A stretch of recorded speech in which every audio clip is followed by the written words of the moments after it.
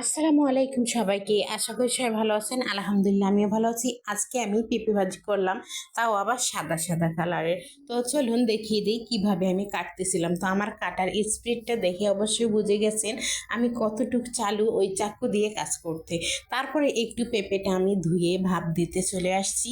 তো ভাপ দেওয়া হয়ে গেলে কিন্তু এখানে আমি বাগার দিয়ে দেব তেলের উপরে পেঁয়াজ আর মরিচটা ভেজে নিচ্ছি, একটু বাদামি কালার করে ভাজবো। তো বাদামি কালার করতে অনেক সময়ের প্রয়োজন, যার জন্য আমি তার আগে দিয়ে দিলাম, কারণ এগুলো আরও ভাজবো এই জন্য। আর আমি বাদামি কালার করলাম না, শুধু লবণটা দিয়ে এখন আমি সুন্দর করে ভেজে নিচ্ছি। তো তল উপর করলে মিক্স করে হয়ে যাবে সব কিছু একসঙ্গে। সব কিছু যখন একসঙ্গে ভাজা হয়ে যাবে তখনই কিন্তু দেখতে বেশ সুন্দর লাগবে। এই যে এখন এই উল্টায় দেওয়ার পরে কিন্তু ঢাকা দিয়ে রাখবো কিছুক্ষণ পরে আপনাদের দেখিয়ে দেবো, দেখবেন আপনারা কত সুন্দর লাগতেছিল দেখতে। তো একটু বাদামি কালার করলে কিন্তু দেখতে যেমন সুন্দর, খেতে তার থেকে বেশি মজা। তো আমি কিন্তু এই ভাজিটা খুবই কম করি, কারণ আমরা হলুদ ছাড়া বেশি একটা জিনিস খেতে চাই না, যার কারণে করি না।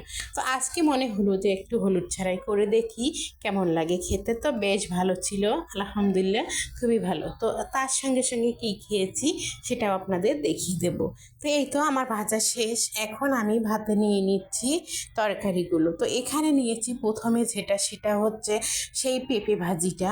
তো পেঁপে ভাজিটা আমি আপনাদের ধরিয়ে দেখিয়ে দেব কতটুক সুন্দর আর কতটুক নরম হয়ে গেছে রান্না করার পরে।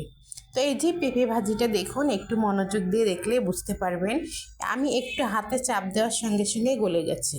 তারপরে এখানে একটা শাক ভাজি করেছিলাম চিংড়ি মাছ দিয়ে, আর সঙ্গে একটা ডিম ভেজেছি মরিচ পেঁয়াজ দিয়ে সুন্দর করে কিন্তু ভেজে নিয়েছি।